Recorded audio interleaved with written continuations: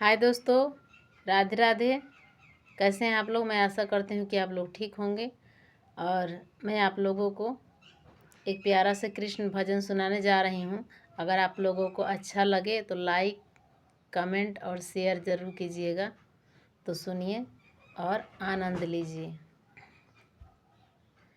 छवरे महीनावा के कृष्ण तो माता से अरज कर हो, ए माता सोनावे के गेंदावा बेसही तू तो गेंदा खेले जाई बहू।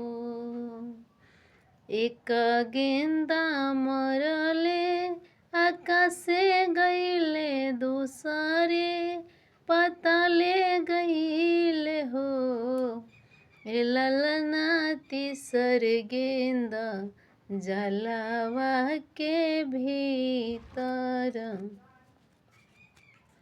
नाग के ऊपर है, ललना तीसर गेंदा जलावा के भीतर नाग के ऊपर है। नाग जे बाड़ न सुतल नागिन बेनिया डोलाविली है, हे कृष्णा चली जाना जलवा के बाहर हमनी के ऊपर है, हे कृष्णा चली जाना जलवा के बाहर हमनी से दूरानु है। नागज उठी हेरी सी आइल तोहरा के डसिली हो, ए कृष्णा ई हसीना नहीं सही पाइब, हम मरी जाइब हो।